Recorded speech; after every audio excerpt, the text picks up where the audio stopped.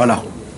On va commencer avec l'aide de Dieu, tous ensemble, avec une Ahavat Haverim, en formant tous un seul corps. Nous tous qu'on est ici présents, tous ceux qui nous voient, tous ceux qui vont nous voir, qui vont nous entendre. On s'attache tous ensemble en priant à Hachem. Qu'Akadosh Baruch Hu ait pitié de nous. Qui nous envoie au Hachem, et qu'on puisse, grâce au Mathéos de Moshe Rabbeinu, le tzaddik de la génération,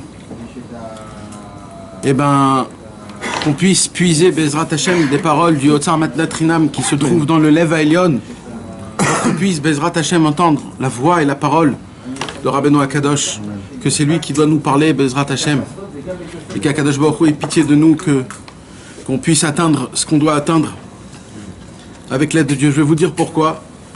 Je vais vous dire, aujourd'hui j'ai eu une révélation. Révélation, vous savez ce que ça veut dire, hein, c'est un grand mot. C'est pas une révélation. Ouais, c'est pas une dévoile. C'est-à-dire, j'ai compris un truc, j'ai eu un chidouche, j'ai vu un... Ouais, j'ai compris un truc. Et ça m'a donné, parce que je vais vous dire la vérité, ça fait déjà plusieurs journées, plusieurs jours, ça fait beaucoup de temps que c'est très difficile ces derniers temps. Niveau spirituel, niveau matériel, niveau tout ce que vous voulez. C'est très difficile et on n'a pas la pêche, j'ai pas la pêche. Et je suis fatigué, et on est tous fatigués. Bon, c'est les 3 semaines, on dit que les 3 semaines, c'est difficile, on dit. Alors, Bezrat Hashem, on fait en sorte que les 3 semaines, ils passent. Et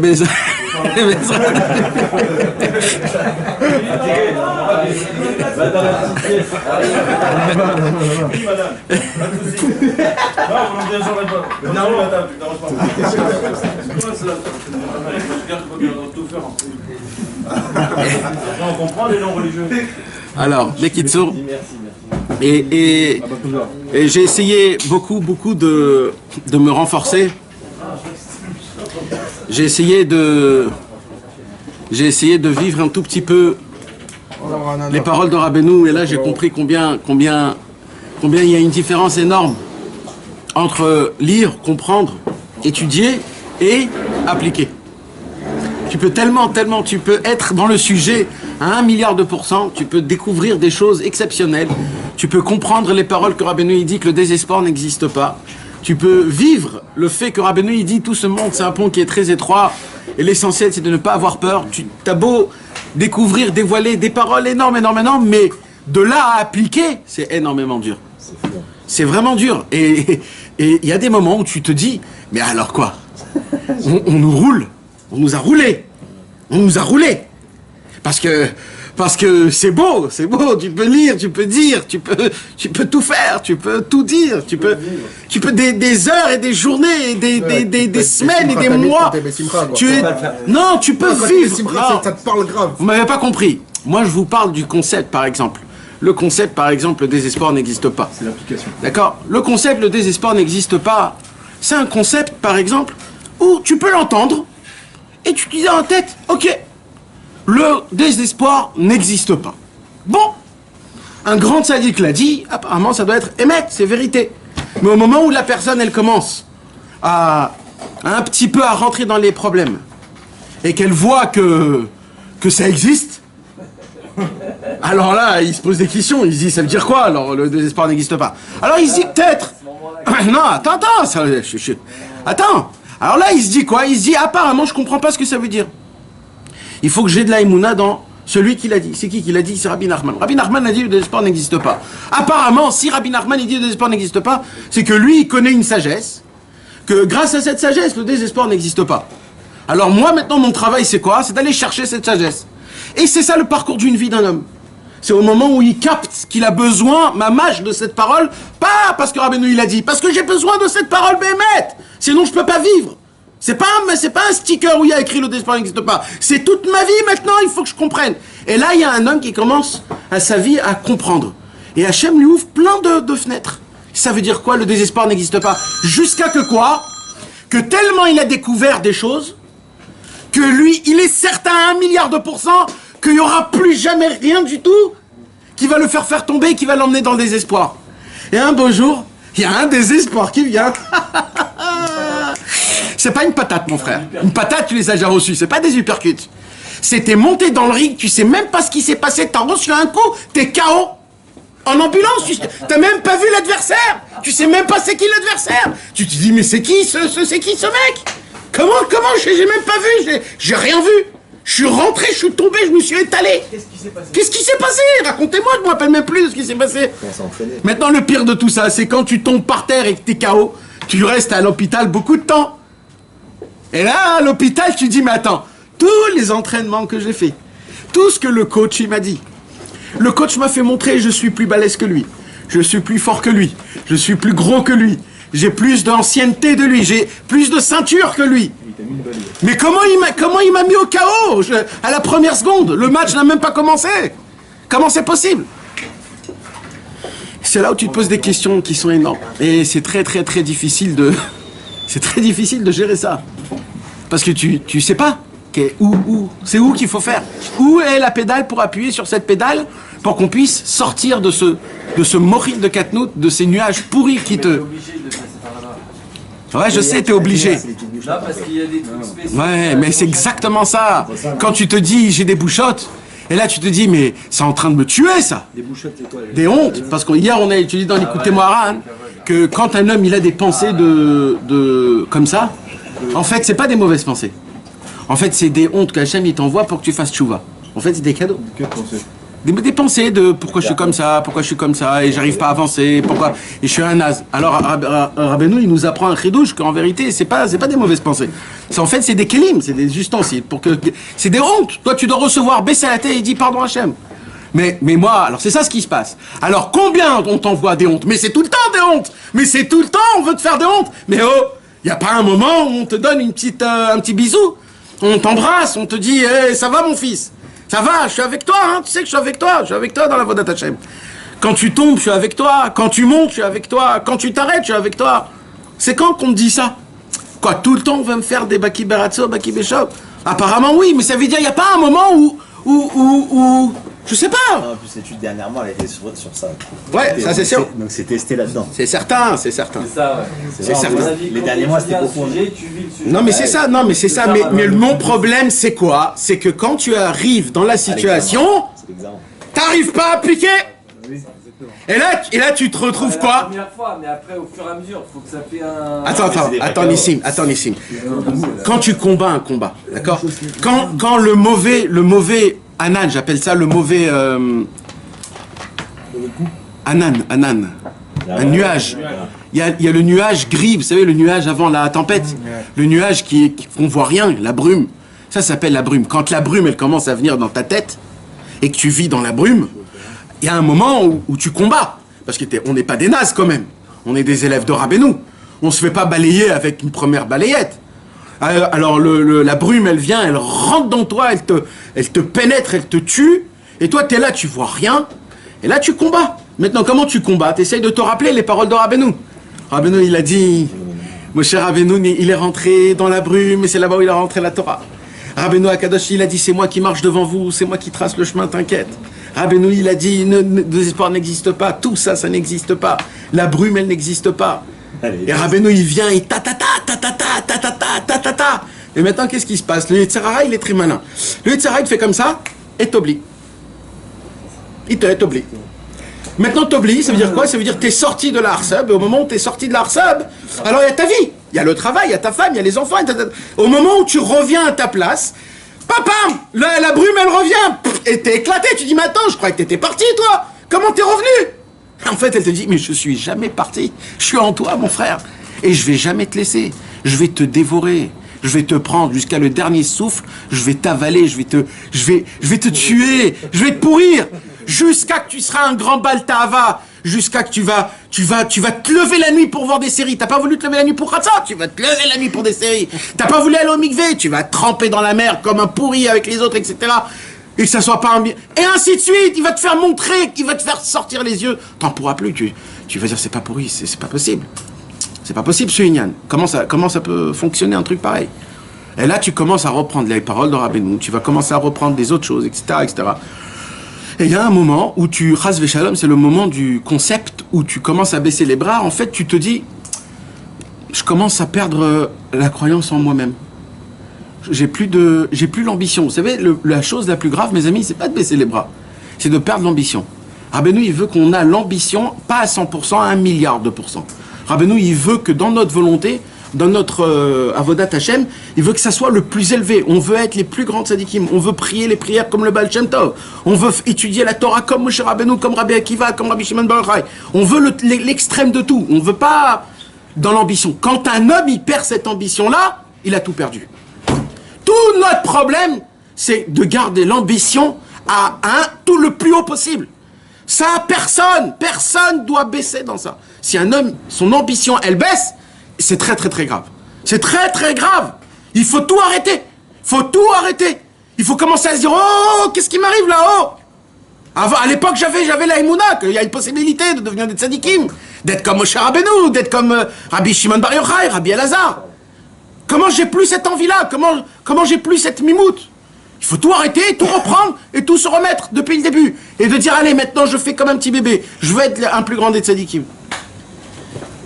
Mais qui sont mes amis, qu'est-ce qui se passe? Il se passe que quand un homme il arrive et il voit que c'est difficile et qu'il ne comprend pas le conseil de Rabbeinu. Vous savez mes amis, je le dis et je le répète parce que je suis obligé de le dire et de le répéter. Vous savez, Rabbeinu nous a donné des clés. Mais les trésors, ils sont où? Ils sont où les trésors? Rabbeinu nous a donné que des clés. Hein. Rabbeinu, il a dit mes fourrages. Rabbeinu, il a dit, moi, tout le problème jusqu'aujourd'hui, c'était que tout le Ham Israël, pendant des millénaires, il demandait à Hachem, où sont les clés pour ça? Où sont les clés? Où sont les clés pour le trésor de la Emouna? Où sont les clés pour la Shmirat Abrit? Où sont les clés pour avoir une prière Bechavana? Où sont les clés pour la Vodat Hashem, pour Chatzot, pour Mikveh? On veut les clés pour ça. Rabbeinu, il est venu et il a fait faire descendre toutes les clés pour tout. Mais là, la question, elle a été inversée. On a les clés, où ils sont les trésors? Où ils sont les trésors? Le monde à l'envers, le monde à l'envers. Non mais c'est des conseils, les clés c'est des conseils, c'est pareil ou c'est pas pareil? Les clés c'est le chemin pour arriver à. Tu comprends? Il y a un chemin, il y a un pont, il y a des ponts, il y a des chemins, tu es obligé de passer par le chemin. Pour arriver à ça, il faut des clés. Parce que tu peux arriver jusqu'à là-bas et la porte elle est fermée.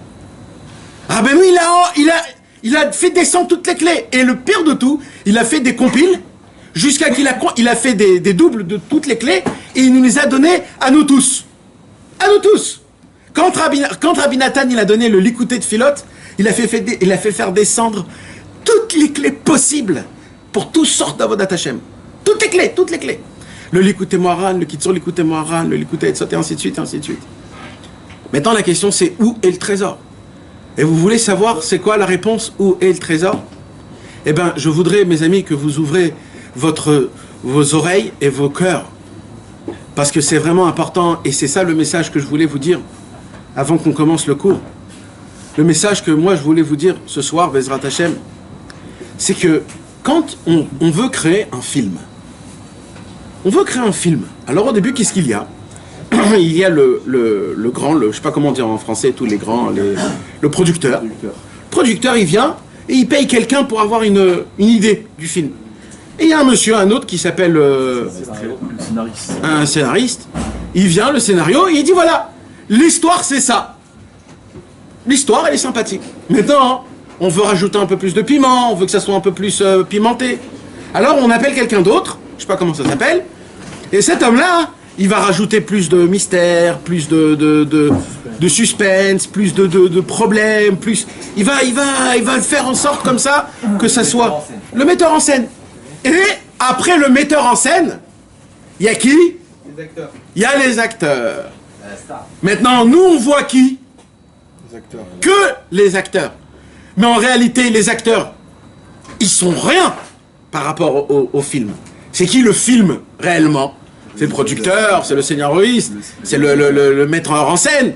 C'est eux qui travaillent, tout. Mais en vérité, nous, qu'est-ce qu'on voit? On voit que les acteurs. Mais les acteurs, c'est quoi? C'est du pipeau. C'est du shaker. C'est du cinéma. Tout simplement. C'est pas mal ça. Ah, maintenant, écoutez comment ça fonctionne. Ça fonctionne de cette façon-là.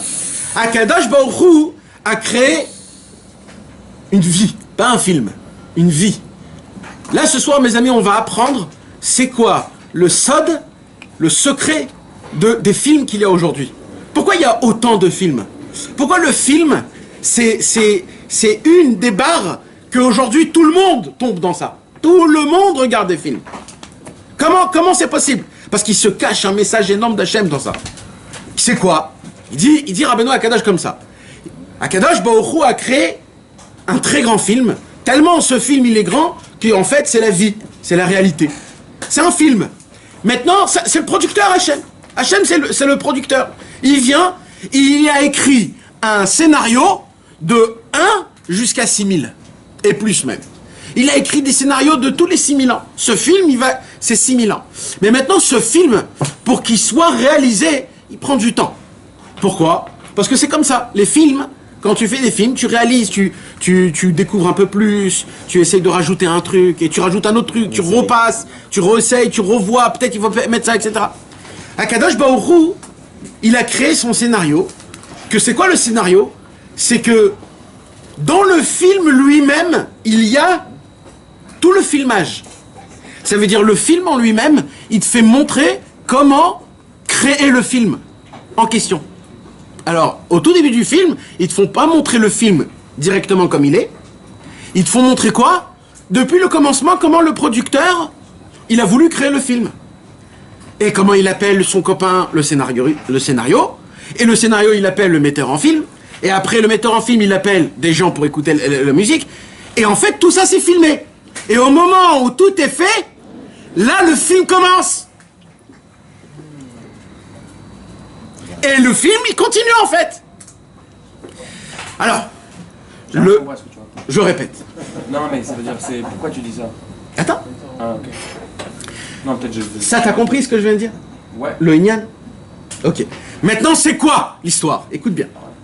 L'histoire, elle est comme ça. Akadosh Baruch Hu, le film commence depuis le tout début de la création du film. C'est-à-dire, le film, il commence comment?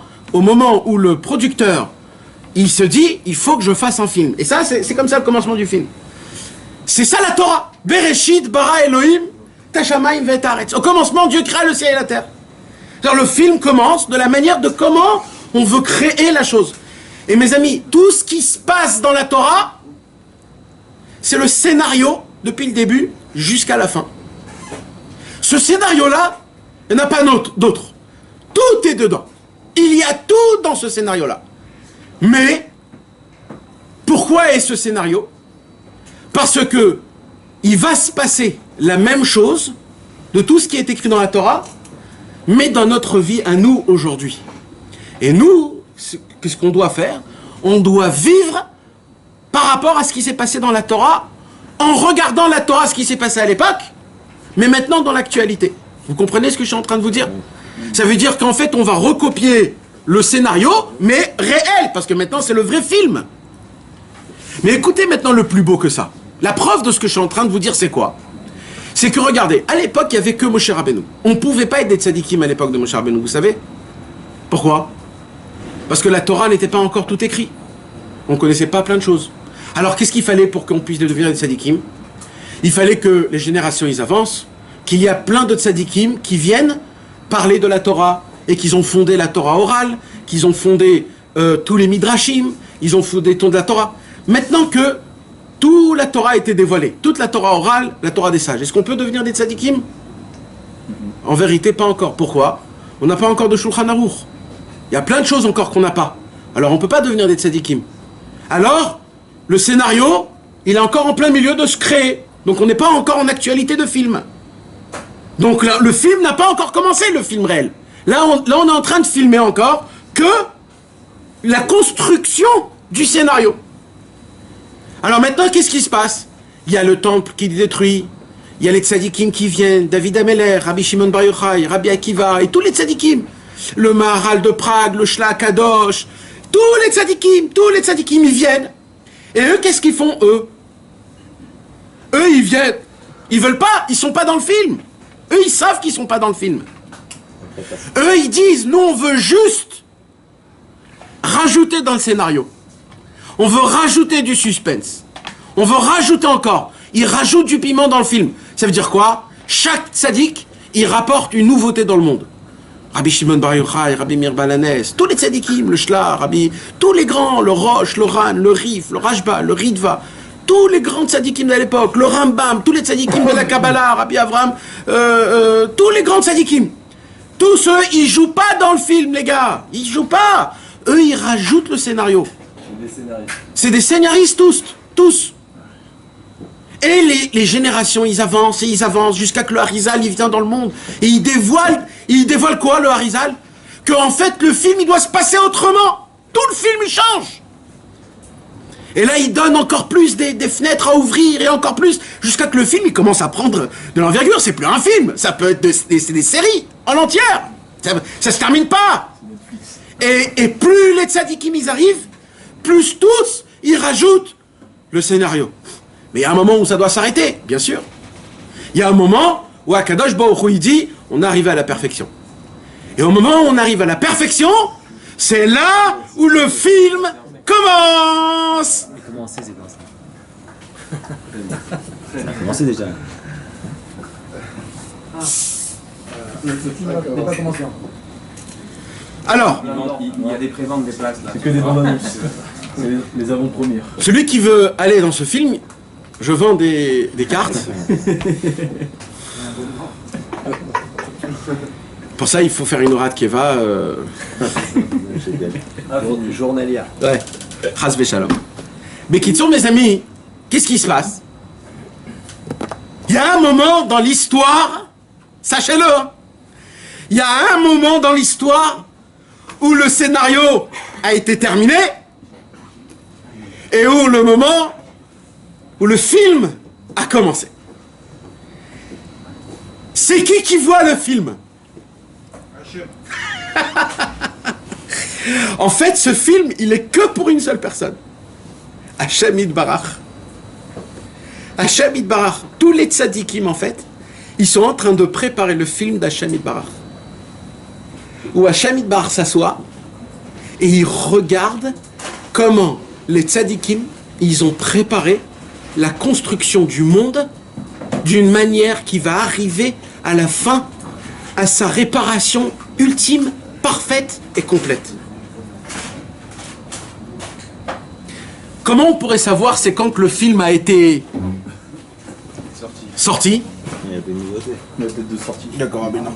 Au moment où il y a quelqu'un qui dit Après moi, il y aura pas de après moi, Il n'y a plus rien. il n'y a pas d'autre. Il y en a un qui a dit j'ai terminé, je terminerai. Ou j'ai gagné, je gagnerai. Un truc comme ça. Connaissez connaissez un tzaddik comme ça?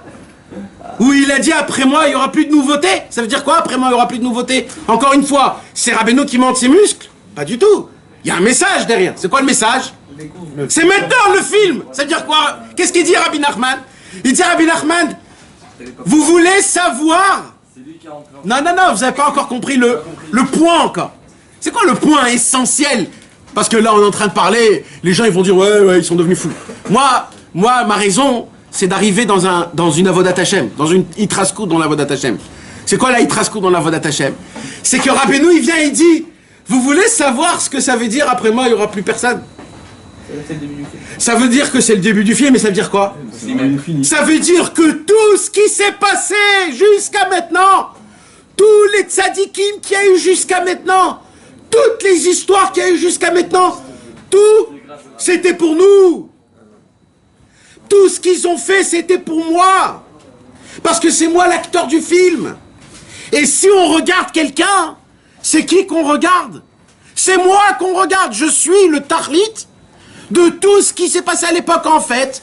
Tout ce qui s'est passé avant Rabbeinu, c'était pas le but. Tout ce qui s'est passé avant Rabbeinu, c'était la préparation de la mise en scène. Rabbeinu est venu comme le Menatseach, comment on appelle celui qui fait comme ça? Il est venu comme chef d'orchestre. Rabbeinu se tient devant la caméra et il lui fait comme ça. Action. Cut. C'est maintenant. Désespoir n'existe pas. Rappelle-toi toujours être Bessimcha. Si t'es pas Bessimcha, tu peux pas travailler dans le film. Dans le film, il faut que la personne elle soit Bessimcha. Hachem, il faut qu'il voit que toi, tu mettes les téphilines. Bessimcha. Il veut que quand tu fais une avéra, tu dis Khatati aviti pachati, c'est pas grave Hachem. Je continue à avancer comme si de rien n'était. Quand t'as toutes les raisons de t'énerver, Hachem, il veut voir ça. Hachem, ce qu'il attendait, c'est pas les 4000 ans, les 5000 ans qu'on a vécu jusqu'à maintenant. Le film, c'est que ces 200 ans-là maintenant. C'est ça, c'est nous, on est les stars du film, les gars. On est les stars du film. On est là et il faut qu'on soit des bons acteurs. Il faut qu'on soit... C'est quoi un bon acteur, mes amis? C'est pas qu'il essaye de jouer un jeu. C'est qu'il vit le jeu. Comme celui qui a fait Batman, le méchant de Batman. Il s'est tué. Pourquoi il s'est tué? Parce que, comme ça il dit, je sais pas. Il est rentré tellement dans la personnage que le monsieur, il croyait vraiment que c'était un méchant. Et il s'est tué. C'est de vivre l'acte. Et c'est ça qu'il nous dit. Qu'est-ce qu'il nous dit? Quand nous, notre problème, c'est quoi? C'est que quand on vient le matin à la prière, on met les tefs très vite. Vite, on fait Shacharit, Amen, Baruch Bar Shemo, ta, c'est fini. Mais mon frère, c'est pas comme ça qu'on fait un acteur. Un acteur, s'il joue comme ça, on descend. On descend. Il faut que tu le mettes avec tout l'enthousiasme. Tu dois vivre. Par quoi? Parce que le film actuel, on est en live devant Hachem Yitbarach. Maintenant, chaque seconde, on est en live. Et Akadosh Baruch Hu, il est en train de nous regarder. On est son film préféré à Hachem Yitbarach. Akadosh Baruch Hu, qu'est-ce qu'il fait? Eh ben, il nous regarde. Et tous les tzadikim qui ont préparé le scénario, c'est quoi? Les conseils, le moussar, la Torah, les midrashim, les qualités, les conversations, les contes. Tous les tzadikim, tout ce qu'ils ont dévoilé pendant toutes les générations, ils l'ont dévoilé pour un seul but. Pour quel but? Pour Nissim de Netanya. Pour Michael de Tel Aviv. Pour Mordechai de Ranana. C'est pour ça. C'est pour ça qu'il nous a dévoilé. C'est pour nous. Pas pour à l'époque. Pour nous. On est aujourd'hui, actuellement, on est mamash. On est en plein milieu du film. C'est un scénario. C'est pas mal hein, comme vision. Il a dit, ah ben non, on va arriver dans une hérésie. C'est un scénario d'hérésie. Je dois poser une question plus forte. Est-ce que le mal existe chez Hachem? Alors voilà, t'as ta réponse. Mais la question c'est, pas le mal qu'on fait, mon frère. Non, c'est pas ça la question. Tu crois, Michael, que Hachem, il est méchant avec nous? Hachem, il nous adore même quand on fait des avérotes. Il y a une chose qu'il n'arrive pas à comprendre, Hachem, c'est quoi? Quand tu baisses tes bras. Il dit, Hachem, pour moi, ça c'est la plus grande avéra. Dans le monde en entier. Quand tu baisses tes bras, quand tu n'as plus de croyance en toi-même. Quand tu crois plus que tu peux avancer, tu peux envahir le monde par ta bonté, par ta lumière, par ta pensée positive, tu peux envahir le monde. Pas juste toi-même, le monde. Normalement, si on aurait les lunettes qu'il faut, un chassid Breslev, véritable, qui vit comme Rabbeinu nous demande, d'aller au mikvé tous les jours, de faire tikkun haklali, de faire chatzot, de faire idbo des doutes, un homme comme ça, quand il passe dehors, il contamine au kilomètre près tous les gens qui sont autour de lui. Il les contamine, mais d'un antivirus de ce monde-ci. On contamine tellement qu'on est des bonnes personnes. Un homme qui vit, mettre la Torah et Hachem, on contamine, on est rempli de lumière. On peut juste réparer le monde, juste que des Chassidei Breslev, ils viennent et ils s'éparpillent un petit peu dans le monde, ils les rendent tous bitchouva. La lumière qu'un juif, il dégage quand il est bessimcha, quand il juge quelqu'un positivement, quand il parle avec Hachem 1 heure par jour, quand il essaye d'aller au mikvé et de faire chatzot, un homme comme ça, il dégage énormément de lumière. Après, les gens se posent des questions. Comment on éduque les enfants?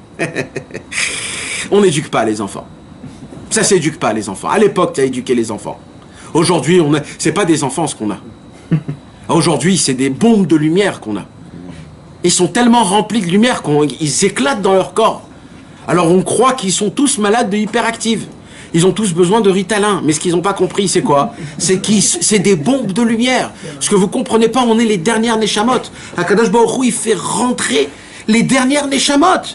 Il veut pas qu'il y ait encore des autres générations. Il veut que ça soit la dernière génération. Alors il fait rentrer des maximums de lumière, des maximums dans des petits corps. Et ces petits corps-là, ils deviennent des monstres, Chas v'Shalom. Mais c'est pas parce qu'ils sont des monstres, Chas v'Shalom. C'est parce qu'ils sont remplis de lumière. Et nous, que nous, on est les monstres, on peut pas les supporter, Chas v'Shalom. Le monde à l'envers. Pourquoi? Parce qu'on est dans ce monde-ci, on veut kiffer, on veut rien faire, on veut être des... Donc mes amis, il faut que vous compreniez quelque chose, mes frères.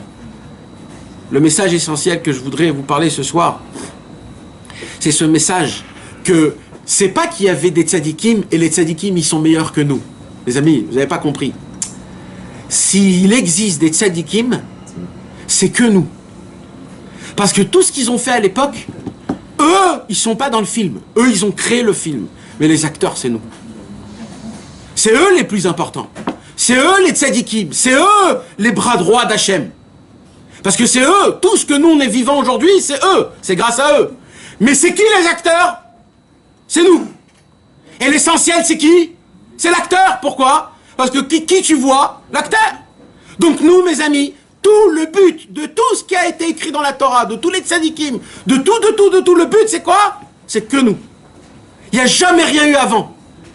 Si maintenant, je te parle de Rabbi Meir Balanès, de sa grandeur, ou de Rabbi Shimon Bar Yochai, de sa grandeur, si je te parle de sa grandeur à eux, qu'est-ce que tu vas dire? Tu vas tout de suite te mesurer, toi, lui, et là tu vas dire, oh là, combien je suis loin, mais eux, c'était des tzadikim, t'as pas compris, c'est pas comparable. Lui, c'est son travail, toi, c'est ton travail. Ton travail à toi, tout ce que tu crois sur les autres, mets-le toi maintenant sur toi, applique-le toi sur toi. Le Emet le Hamito, c'est quoi le Emet le Hamito, mes amis?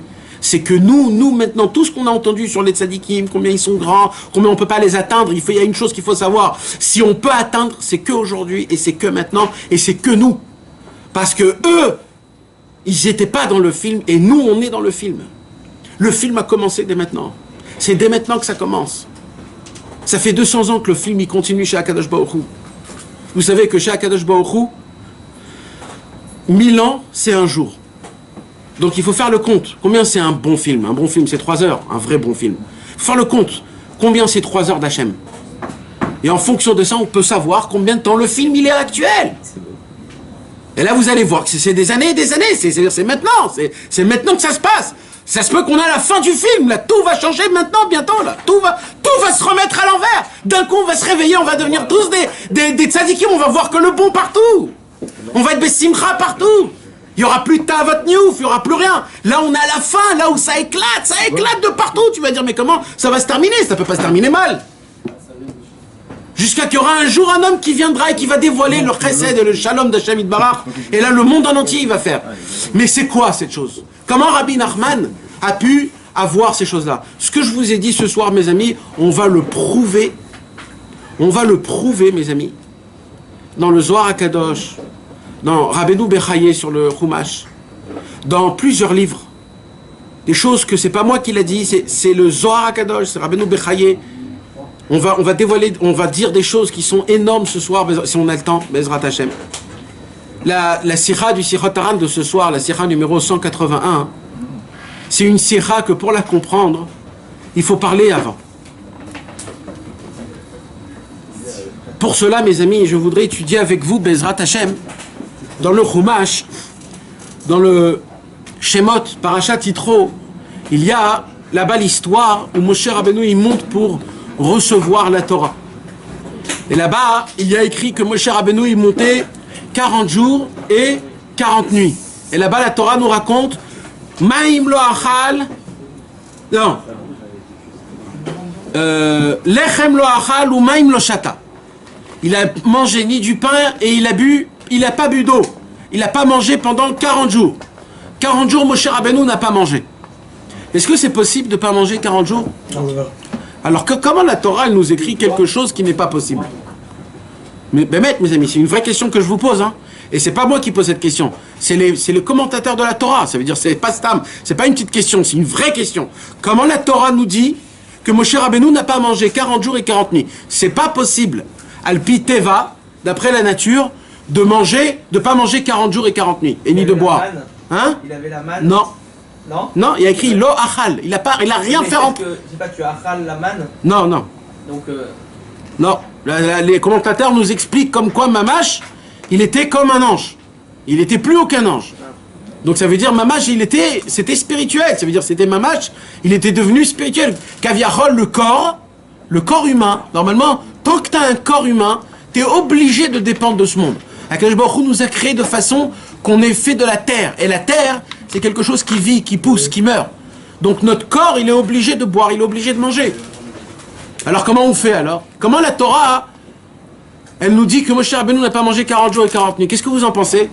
Il est sorti de ce monde. Il faisait plus partie du genre humain. Ah mais il parle des lettres. Tu peux te nourrir de lettres. Alors, Tu as dit toi-même, il était que spirituel. Donc qu'est-ce qu'il est que spirituel? Un ange? alors, Quelqu'un qui n'est plus humain, c'est plus Adam. alors écoutez bien ce que je vais vous dire, mes amis, c'est pas moi qui le dis, c'est Rabbeinu Bechaye. Et lui, il va, regarde comment c'est beau. Parce qu'il va nous donner une explication très profonde, que grâce à cette explication, on va comprendre un nouveau moussag, une nouvelle perception. Hein? Sur la Torah. Sur la Torah. Ben Asher. C'était un commentateur de 800-900 ans. C'est le Midrash. Et là-bas, mes amis, Rabbeinu Bechaye, il nous apprend comme ça. Écoutez bien. Rabbeinu Bechaye, il nous dit, comment ça se fait, lui, il pose la question à l'envers. Comment ça se fait que le corps humain prend son énergie du manger? Ça veut dire quoi? Qu'est-ce qu'il y a dans le corps humain? Du sang, de l'oxygène, du liquide et de la chair. D'accord? Tu prends du pain, tu le fais rentrer dans ta bouche, tu le mâches, il descend dans ton ventre. Comment ce pain te donne de la vie? Il y a du sang dans le pain, non? Alors, qu'est-ce qui s'est passé que ce pain, il va faire en sorte que tu as de la force? Tu bois de l'eau, d'accord? Tu bois de l'eau, l'eau elle rentre dans le corps. Et au moment où elle rentre dans le corps, elle va faire en sorte qu'elle va faire partie de l'équipe de toute cette machine. Comment? Tu manges du poulet.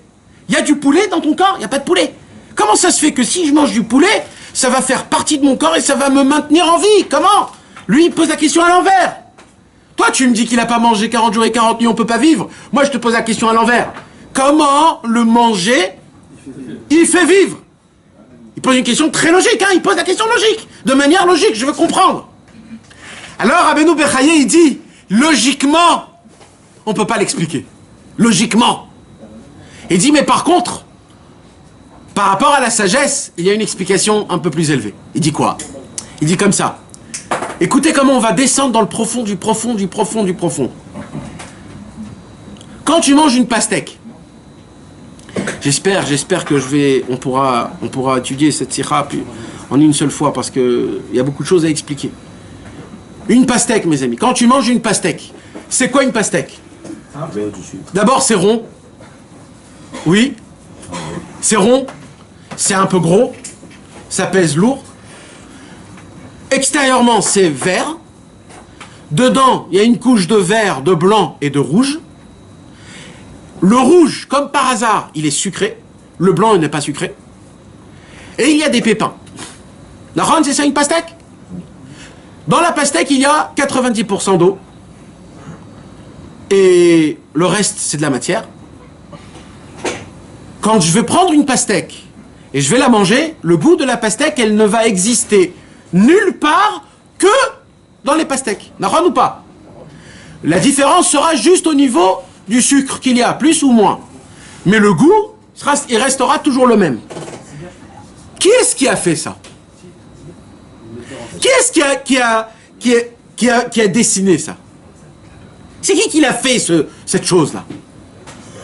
Apparemment, c'est qui? C'est le producteur du film. D'accord? C'est le scénario. C'est le metteur en scène. Mais comment ça s'est fait depuis la spiritualité jusqu'à la matérialité? Écoutez le sod, mes amis. Le sod, c'est quoi? C'est que chaque couleur qu'il y a dans le monde, sur chaque aliment, le citron, il est jaune, le pastèque, il est rouge, un abricot, c'est couleur abricot. C'est quoi qui fait les couleurs, mes amis? C'est quoi les couleurs? Comment les couleurs se dessinent? C'est pas juste, j'ai voulu que ça soit jaune, alors c'est jaune. Non.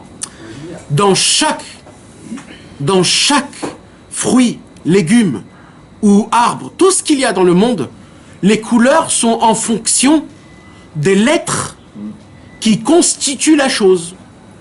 Par exemple, dans le mot etz, qui veut dire arbre, il y a la lettre aïn et tzadik. La lettre aïn, elle a des qualités qui lui appartiennent que à elle. Et la lettre tzadik, elle a aussi des qualités qui lui appartiennent que à elle. Quand tu prends le aïn et le tzadik, tu les mets en même temps, ils créent une nouveauté qui n'a jamais existé. C'est quoi cette nouveauté? C'est une couleur qui est un peu marron, un peu vert, un peu jaune, et qui va constituer ce qui s'appelle un arbre.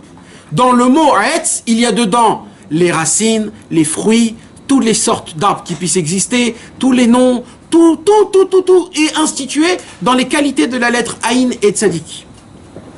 C'est comme ça qu'a été constitué, mes amis, tout le monde, les fruits, les arbres, les légumes, tout ce qu'on mange, les poulets, les vaches.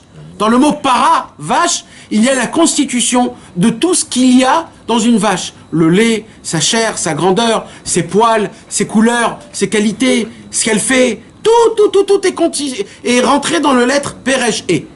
Pourquoi je vous dis tout ça, mes amis?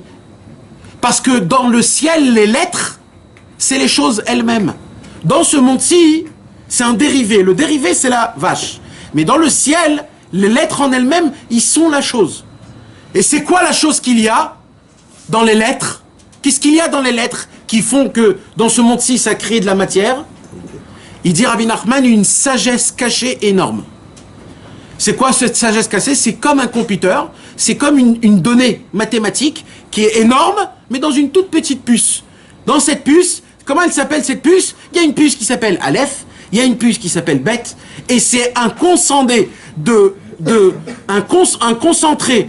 un condensé de sagesse inexplicable. Inexplicable. Tout ce que tu pourras faire avec la lettre Aleph est inscrit dans la lettre Aleph. Tous les hommes qu'ils ont, ou les femmes, qu'ils ont dans leur nom la lettre Aleph, dans la lettre Aleph, il y a dedans la personne, les qualités, les gens, etc. etc. Comment? C'est une sagesse qui est cachée. Ça s'appelle une sagesse cachée. Et qu'est-ce qu'il y a dans cette sagesse?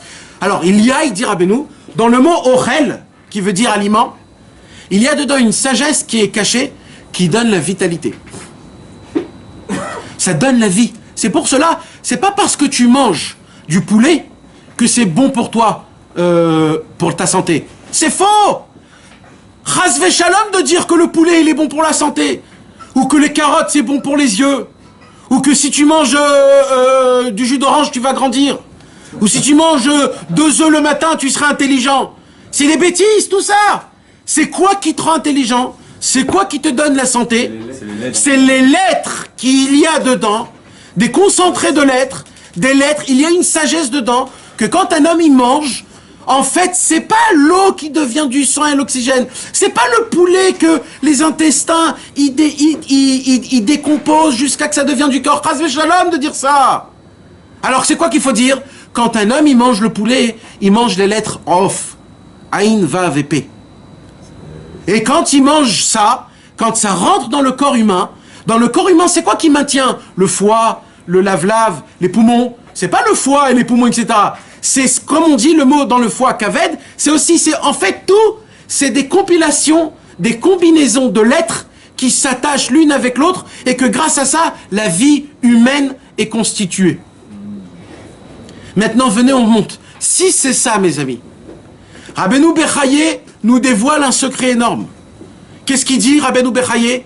Rabbeinu Bechaye, il dit, quand Moshe Rabbeinu est monté dans le mont Sinaï, et qu'il n'a pas mangé 40 jours et 40 nuits, ça veut dire quoi?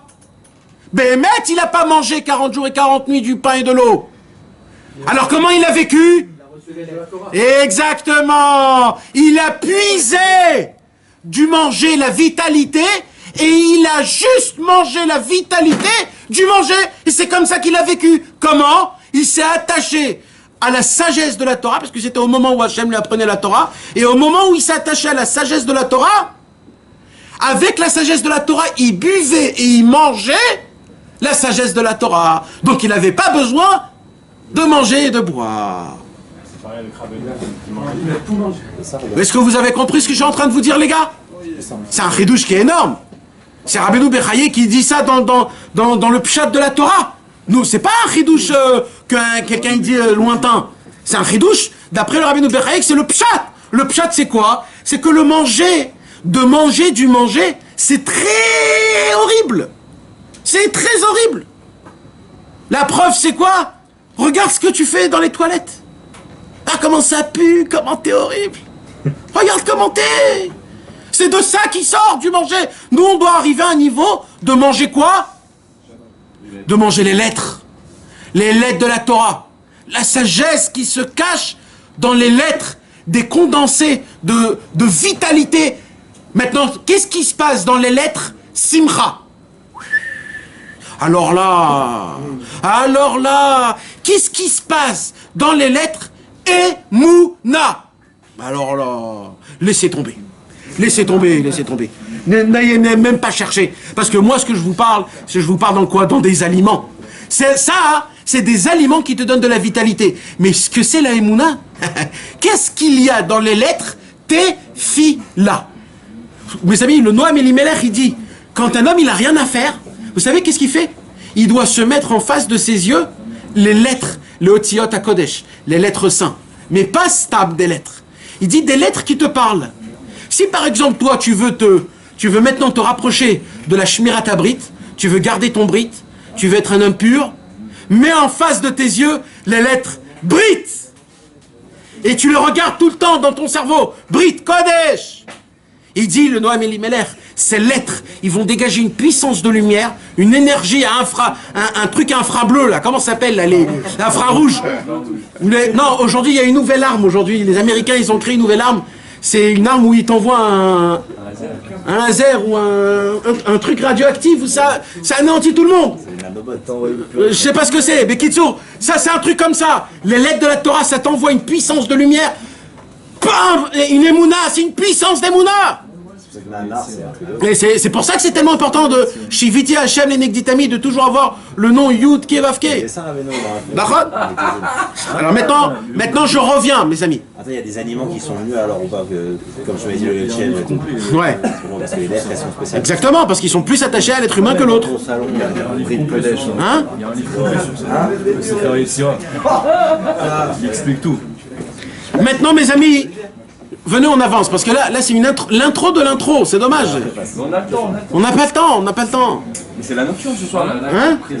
Il faut parler avec Moshe. Moi, c'est pas moi c'est Moshe le. On aurait dû prendre le Sefer ici. Mais qui sont mes amis, écoutez-moi s'il vous plaît, on n'a pas le temps. Alors écoutez-moi. Est-ce que vous avez compris tout ce que je viens de vous expliquer? Maintenant, moi, Rabbeinu Bechaye, il était à quelle époque? À l'époque du scénario ou à l'époque du film? Scénario. Alors, comment ça s'applique aujourd'hui dans le film? Parce que tout ce qu'il y a écrit dans tous les livres à l'époque, il est obligé d'être dans le film. Il y avait Moshe Rabbeinu dans le scénario. Donc il faut que dans le film, il y a un Moshe Rabbeinu. Il y avait Rabbi Akiva qui est monté dans le ciel, etc. Il faut qu'il y ait un Rabbi Akiva dans le film. Tous les tzadikim, tous, il faut qu'il y ait dans le film. Parce que le but, c'est ça, c'est aujourd'hui. Donc maintenant, Rabbeinu Bechaye me parle que Moshe Rabbeinu est monté dans le ciel et il a mangé 40 jours et 40 nuits de la sagesse des lettres. Alors il faudrait essayer de trouver. Top. Alors on va ouvrir le Zohar HaKadosh. Le Zohar HaKadosh, Parashat Toldot, Daf Kuf Lamed Vav Amud Aleph. Le Zohar HaKadosh, vous voulez qu'on étudie le Zohar HaKadosh? Bien sûr. Oui. Avec plaisir. Et on va lire une petite un paragraphe du Zohar. Vous me permettez de lire dedans et de l'expliquer ou vous voulez qu'on fasse vite? Prends ton temps. Omar Rabbi Yitzchok, Ono Aveno Kamed Rabbi Yehoshua. Rabbi Yitzchak, il raconte, je suis venu en face de Rabbi Yehoshua. Veshaïl Naïmil. Et je lui ai posé une grande question. Amarna, je lui ai posé. Attendez, pardon. Ah, pardon, j'ai sauté, c'est juste avant. Ah, je me disais aussi. Bah oui. Pardon. On reprend, mes amis, on reprend. C'était une page avant. Omar Rabbi Yehuda les prié. Rabbi Yehuda est venu chez Rabbi Chia. Rappelez-vous les noms, c'est important. Rabbi Yehuda, c'est qui Rabbi Yehuda? C'était l'élève de Rabbi Shimon Bar Yochai. Il est venu chez Rabbi Chia. C'était qui Rabbi Chia? Aussi l'élève de Rabbi Shimon Bar Yochai. C'était deux élèves de Rabbi Shimon Bar Yochai. Rabbi Yehuda est venu chez Rabbi Chia, son ami, et il lui dit, Rabbi Yehuda, Haï detaninan. J'ai une question à te poser, Rabbi Chia. C'est quoi la question? Il dit dans la Gemara, dans Masechet Shabbat, non, dans la Gemara, Masechet Baba Batra, page 75a, il y a écrit comme ça. Atid akadosh baruch hu la'asot seuda la tzadikim la atid lavo. Il y a écrit dans la Gemara que dans le monde futur, quand Mashiach viendra, Akadosh baruch hu, qu'est-ce qu'il va faire? Il va faire une seuda. Mais pour qui? Pour les tzadikim. Seuda pour les tzadikim. Il y aura une table dressée, tous les tzadikim ils seront à la table. Et les tzadikim, s'ils veulent, eux, ils donneront aux autres du manger. Mais c'est qui vont s'asseoir à la table que Akadosh Baruch Hu leur prépare cette table? Ça fait 6000 ans que Dieu nous prépare cette table. Imaginez-vous la table que Dieu nous prépare, si ça fait 6000 ans. Pour faire un super grand mariage, on fait 6 mois, des fois 1 an. Hachem, ça fait 6000 ans qu'il nous prépare cette table. Imagine-toi ce qu'il y a dans cette table. D'accord? Une belle table, c'est pas un mot, une belle table. C'est le feu d'artifice à la fin du film qui éclate. C'est là où on reçoit tous les cadeaux, etc. Alors Rabbi Yehuda, il pose la question à Rabbi Chia, il dit, dis-moi Rabbi Chia, c'est une vraie Seuda? Ou dedans il y aura des chips, des bambas et du truc, etc. Ou c'est une Seuda spirituelle? Je veux savoir. Ce qu'il y a écrit dans la Gemara là-bas, c'est mamash ou c'est quelque chose d'autre? Maï haï, c'est quoi cette Seuda? Omar le, Rabbi Chia répond à Rabbi Yehuda, Ad lo azlis kame inun malochin kadishin more masnisin ochesh miali. Il dit Rabbi Chia, grâce à Dieu, j'ai appris de mes maîtres qui ressemblaient à des anges. Et comme ils ressemblaient à des anges, moi à l'époque je pouvais poser cette même question que tu viens de me poser. Et c'est que eux qui peuvent répondre. Parce que eux, ce sont des tzadikim qui ressemblent à des anges. De là, on apprend. Comme ça, c'est le Zohar. Le Zohar, il nous apprend des choses sans nous apprendre. Quoi on apprend? On apprend qu'il y a des tzadikim, et il y a des tzadikim qui ressemblent aux anges. Des tzadikim, il y en a plein. Mais il y a des tzadikim qui ressemblent aux anges. C'est plus haut. Et il y a des questions que si tu poses aux tzadikim tout simple, ils ne peuvent pas répondre. Alors c'est pour ça, lui, il dit, qu'est-ce qu'il dit, Rabbi Chia? Il dit, moi, je vais te répondre une réponse pas des tzadikim. Je vais te répondre une réponse des tzadikim qui ressemblent aux anges, ceux qui savent répondre. Ok? Et lui dit, et voici leur réponse qu'ils m'ont répété, qu'ils m'ont dit.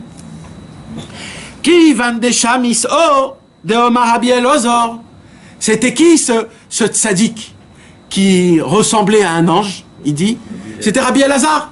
C'est qui Rabbi Elazar? Le fils de Rabbi Shimon Bar Yochai, celui qui est enterré juste à côté de lui, celui qui était avec lui dans la grotte. Alors il a dit, moi j'ai posé la question à Rabbi Elazar. Isyashva beliboy. Et quand il m'a répondu, j'avais plus aucune réponse. J'avais plus aucune question. Ça veut dire la réponse qu'il m'a donnée, c'était une réponse qui était complète. C'est-à-dire quoi complète? Reconfortable. C'est-à-dire des fois tu reçois une réponse, mais c'est pas suffisant. C'est une réponse. Il est dit, j'ai posé une très bonne question. Il m'a répondu une très bonne réponse, mais plus que ça, sa réponse m'a satisfaite. Tout ça, c'est des secrets, hein, mes amis. Le Zohar HaKadosh, chaque mot, c'est des secrets. Donc, nous, on ne comprend pas c'est quoi les secrets. Mais il y a des secrets qui se cachent là. Des hommes à Rabbi Elazar. Et comme ça a dit Rabbi Elazar. Seuda satzadikim leosid lovoy. Kehai dirsiv. Vayechezu et Elohim. Vayochlu. Vayoshtu. Il dit Rabbi Elazar, tu te rappelles Rabbi Chia, qu'il y a un pasouk dans la Torah où il y a écrit Vayechezu et Elohim. Ils ont vu Dieu, Vayochlu et Vayoshtu. Et quand ils ont vu Dieu, la vision qu'ils ont vue, pour eux, c'était boire et manger. Ou Mefaresh. Et il explique Rabbi Elazar. Vedaoud etnan nizonin. Ve'omar Rabbi Elazar. Il dit par contre, Rabbi Elazar, il dit dans un autre endroit dans la Gemara, il y a écrit quoi? Il y a écrit Tzadikim yoshvim ve'atrotem beroshem ve'ne'enim miziv hashchina. Ma ben hay lehai il y a 2 Gemara dans Baba Batra. Il y a une Gemara dans Baba Batra, il dit Rabbi Elazar, où il y a écrit les tzadikim, ils vont s'asseoir et manger de la Séouda de Dieu. Et il y a une autre Gemara qui dit les tzadikim, ils vont s'asseoir et ils vont voir la table de Dieu. Alors Rabbi Elazar, il dit, il y a une différence entre voir et manger. Comment c'est possible qu'il y a c'est la même Gemara, la même parole, et une parole te dit qu'ils vont manger, et une parole te dit qu'ils vont juste voir la table dressée de Dieu. Alors, ils vont voir ou ils vont manger? Il pose la question à Rabbi Elazar. Alors Rabbi Elazar, il a dit à Rabbi Chia, cette question je me suis posée à moi. Et à qui j'ai posé cette question? À Rabbi Shimon, mon papa. Je suis allé voir papa, Rabbi Shimon Bar Yochai, et je lui dis, papa, maître, Rabbi Shimon, comment une fois il y a écrit Nehenin, et il y a une fois il y a écrit Nizonin. Une fois il y a écrit kiffer, une fois il y a écrit manger. Quand il y a écrit Nehenin, c'est Ziv Ashrina, c'est pas Shulchan. Non, il y a écrit comme ça.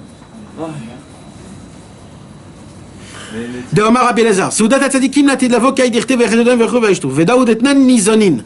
Omar Rabbi Elazar ba'atachad tanina nehenin. Tzadikim yoshvim vatroten beroshem, venenim isi vashkina. Là-bas il parle, mamage de ça. C'est la Seudat des Tzadikim. C'est mamage ça.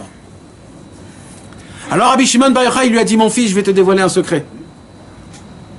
Atzadikim shelo zachu kol kach. Les tzadikim qui n'ont pas mérité autant, eux ils pourront que voir. Mais les tzadikim qui ont mérité, eux ils pourront s'asseoir et manger. C'est un chidouche gadol. Ça existe des tzadikim. C'est des tzadikim. Ils ont le thème tzadik. Mais comme c'est un tzadik qui n'a pas mérité, on ne sait pas quoi, alors ce tzadik-là, il ne pourra pas s'asseoir à la table de Hashem Yitbarach. Par contre, les tzadikim qu'ils ont mérité, eux, ils peuvent s'asseoir et manger à la table de Hashem Yitbarach. Alors quoi, c'est quoi? Ça veut dire que tous les juifs, c'est des tzadikim? Attends, on ne sait pas. Pour l'instant, on ne sait pas. On ne sait pas ce que ça veut dire. Là, on lit pour l'instant. Et continue Rabbi Shimon. Ça vous fatigue, les gars? Pas du tout, vas-y, enchaîne. Pas du tout, là, je suis en... Ouais. Et là, il dit comme ça. On est en feu. Alors là, il vient, il dit comme ça. Ve'en achila ushtia. אלא איזו סעודה אכילה ואשר מנהלן ממשה דרסיב וישם עם אדוני 40 יום ו40 לילה לחם לא אכל ומים לא שתה מה הייתה עם לחם לא אכל ומים לא שוסו מפני שהיה ניזון מסעודה אחרת מאותו זיו של מעלה וכי גבנה סעודוסון של צדיקים לא עוsid לבוי. Il dit Rabbi Shimon Bar Yochai, c'est ça ce qui a été écrit sur Moshe Rabbeinu, que Moshe Rabbeinu il buvait de la lumière de Dieu. Ça veut dire quoi? Ça veut dire que, comme ce qu'on a vu chez Moshe Rabbeinu, que Moshe Rabbeinu, il mangeait, il buvait la sagesse d'Hachem, la lumière de Dieu, comme ça, dans le futur, ça sera pareil. Donc là, on apprend que le film actuel, c'est-à-dire le vrai film, pas le scénario, comment ça va s'appliquer de pouvoir manger la Séouda de Hashem Yitbarach, c'est quand un homme, il peut atteindre, il faut trouver un tzaddik du niveau de Moshe Rabbeinu, qu'il a fait la même chose que Moshe Rabbeinu. Moshe Rabbeinu a pu faire sortir toute la vitalité qu'il y a dans le manger et manger que la sagesse en elle-même. Maintenant, dans le film actuel, il faut trouver le scénario qui nous fait montrer Moshe Rabbeinu et qui mange que de la spiritualité, que de la sagesse. Alors maintenant, comment ça se passe? Alors maintenant, on va lire la Sikha du Sichot Haran, Sikha numéro 181. Bechavod, écoutez bien, ouvrez vos oreilles, parce que ce qu'on étudie maintenant, mes amis, rappelez-vous bien de tout ce qu'on a dit. Parce que tout ce qu'on a dit, on va le répéter, maintenant, après qu'on va comprendre de qui et de quoi on parle. Sikha, Sichot Haran, Kouf Pe Aleph. Bechavod.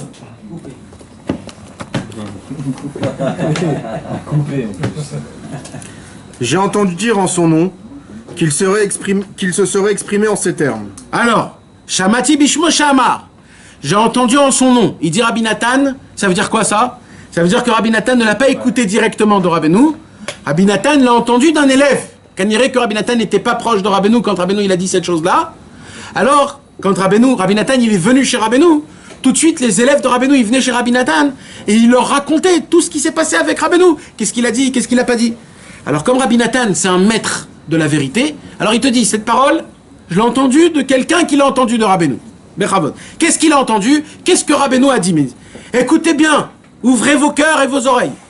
Je connais certains enseignements de sagesse qui, si je me mettais à les dévoiler tant soit peu, pourraient permettre à l'homme de vivre uniquement du plaisir qu'il retirerait de la prise de connaissance de ces enseignements, sans avoir aucunement besoin de manger et de boire.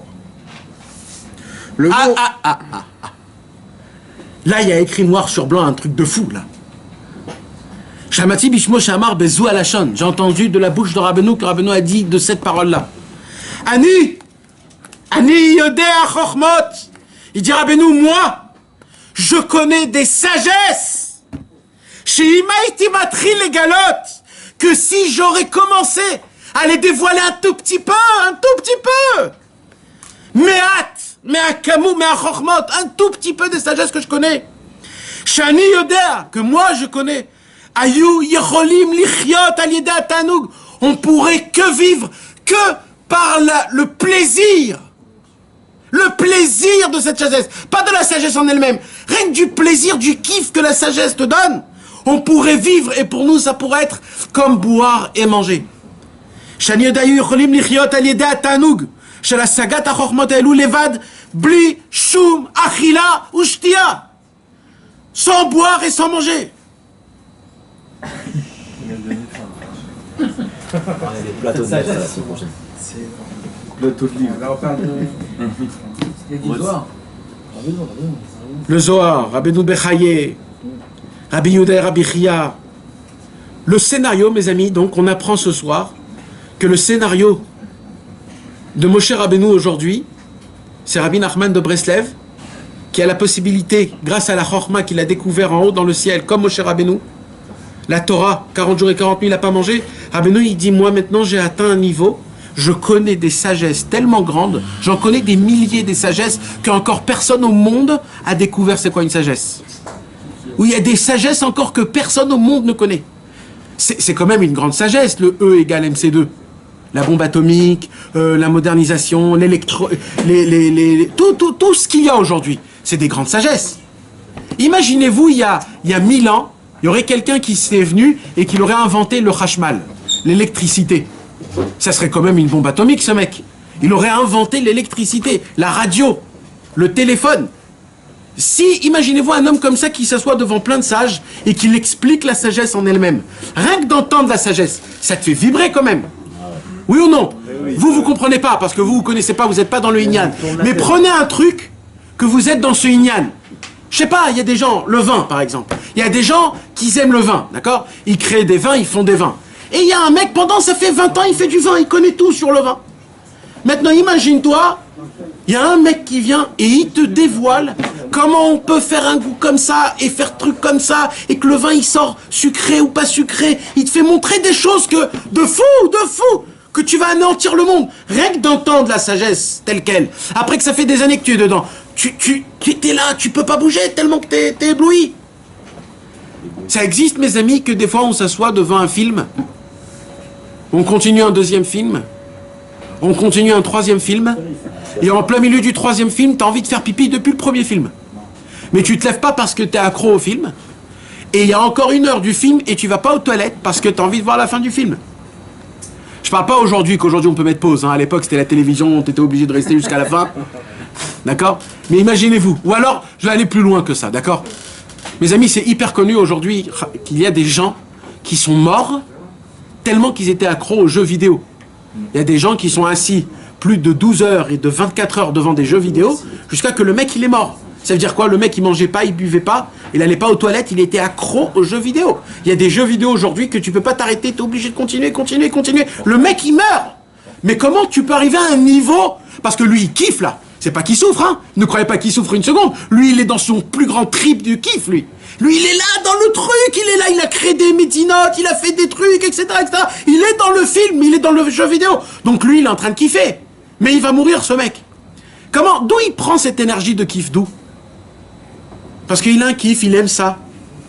Ça existe. cette chose-là existe. Chez les êtres humains, ça existe qu'on peut mourir d'une sagesse.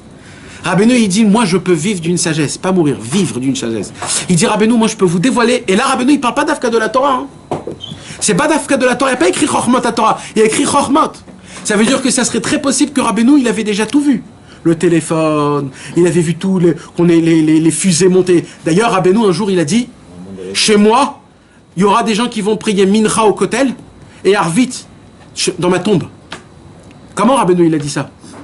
Parce qu'il a vu les avions. Il a vu tout ça. Il a tout vu.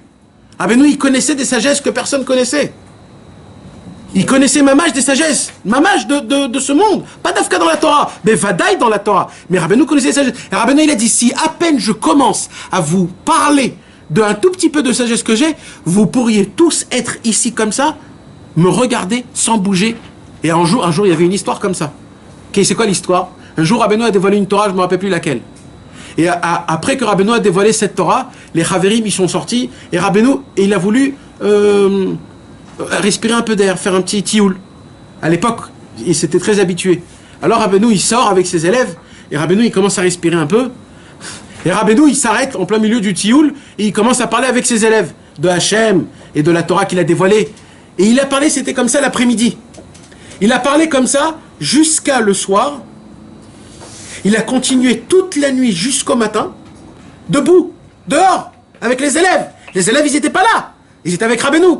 Et dès que le soleil s'est levé, Rabbeinu, il dit, j'entends le soleil rigoler. Les élèves lui disent quoi? Ils disent oui. Il dit, quand je suis parti dormir, je les ai laissés là, et maintenant que je me suis réveillé, je le revois à la même place. J'entends le soleil rigoler de nous. Comme ça, il dit Rabbeinu.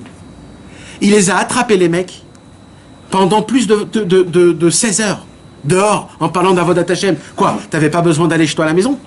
T'as pas besoin de faire pipi? T'as pas besoin de boire quelque chose? Manger quelque chose? Dormir? Rabbeinu avait une puissance que quand il attrapait quelqu'un, il attrapait et tu voulais plus rien dans ce monde-ci. Plus rien. Et ça, voilà, ça se le dit. Maintenant, mes amis, on l'a lu. On a vu comment c'est possible, ces choses-là. Vous vous rappelez ce qu'on a étudié il y a quelques semaines? Que la maman de Rabbeinu est venue de Mejibouj. La maman de Rabbeinu est venue chez Rabbeinu. Et il lui a dit, comment tu as arrêté de manger? Qu'est-ce qu'elle lui a répondu? Maman chérie à moi, si tu savais, j'ai des élèves qui boivent et qui mangent que de la sagesse. Sheneemar chochmat adam ta'ir panav, chochmat techayet ba'alea. Rabbeinu n'a même pas parlé de lui, il a parlé de ses élèves. J'ai déjà des élèves, ça veut dire Rabbeinu, il dit encore plus. Il dit, dans le scénario, il y a écrit que c'est que Moshe. Dans le film, il fait improvisation. Il fait quoi? Il dit, allez, ça sera pour tout le monde. Clac, clac, clac, clac. Psh. Et là, ça explose encore plus. Là, c'est pas juste. C'est tout, c'est ses élèves. On avance. D'accord? On avance. Il continue Rabbi Nachman. Écoutez bien mot à mot tout ce que Rabbeinu dit. Le monde entier s'arrêterait, mourant de désir d'écouter ma sagesse. Arrête-toi! Répète! C'est pas possible d'entendre ça! C'est pas possible! C'est pas Picsou! C'est pas McDonald's qui dit ça! C'est pas... Il faut... Mes amis! C'est écrit noir sur blanc! Rabbeinu, c'est... Tout le monde en entier, il est ma'amine dans Rabbeinu. Ça n'existe pas un homme dans le monde qui a remis en question Rabbi Nachman. Ça n'existe pas. Il y en a qui disent qu'ils ont des autres chitotes. Mais personne au monde dit que Rabbeinu a dit Chas v'Shalom du mensonge. Personne le dit ça. Personne. Donc si Rabbeinu il a écrit, c'est que c'est Emet. Mais alors, il faut que vous vous réveillez parce que, ou alors vous dormez, ou alors c'est très grave. Parce que, répète bien ça. Ce mot, il faut qu'il rugisse d'un lion. L'intonation a été... Vas-y mon frère. L'intonation. Le monde entier s'arrêterait, mourant de désir d'écouter ma sagesse. Mais non, c'est pas ça un acteur. Mais non. Le monde en entier. Le monde en entier mourra de quoi? De désir. De désir. De désir. Mes amis. De désir d'écouter. Désir d'écouter la sagesse. Même pas de l'écouter, de désir de l'écouter. C'est pas un slogan. Je meurs d'envie. C'est pas un slogan. Il y a pas de slogan en hébreu. Rabbeinu il dit la mout bichlot hanefesh. Mourir de languissement. Comment pourrais-je atteindre cette sagesse. Mais c'est quoi cette sagesse? La sagesse de Rabbeinu. Rabbeinu, il a dit, si j'ouvre ma bouche un tout petit peu et je dévoile dans le monde ma sagesse, ça voudrait dire quoi? Qu'il a jamais dévoilé sa sagesse. Il ne l'a jamais dévoilé. Avec tout ce qu'il a dévoilé, il n'a pas encore dévoilé ça. Rabbeinu, il dit, si je dévoile quelques mots de ma sagesse, il dit Rabbeinu. Certaines sagesses. Hein? Certaines. Chokhmot. Non. Quelle sorte? J'en ai. À quelle période? On ne sait pas. Ayu yotzi michiyutam. La vie sortirait de leur corps tellement qu'ils mourraient de languissement. Comme Moshe Rabbeinu, quand il a vu Eretz Israël, il est mort de languissement. Nous, si on entend la sagesse de Rabbeinu, on meurt de languissement. On va atteindre la chose. Des introductions. Alors, mais, vas-y, continue.